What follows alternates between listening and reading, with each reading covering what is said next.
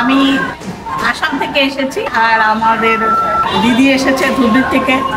আমি এর আগেও এই মন্দিরে এসেছি, তখন আমি সরকারি কাজে এসেছিলাম, কিন্তু তখন এই মন্দিরে দেখেছি মা তো আগেও যা ছিলেন এখনও তাই। মার মন্দিরে এসে সত্যি মনটা খুব ভালো হয়ে যায়।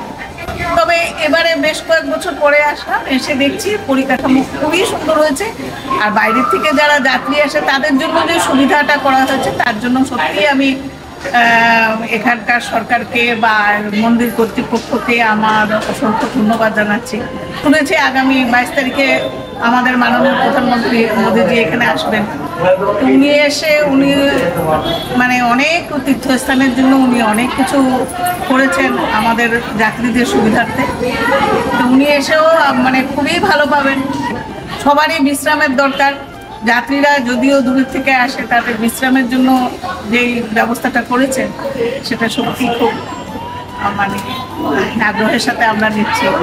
আর এই মন্দিরের সমস্ত পৃথিবীতে সবাই যাতে জানতে পারে, আমার এটাই শুভকামনা থাকলো।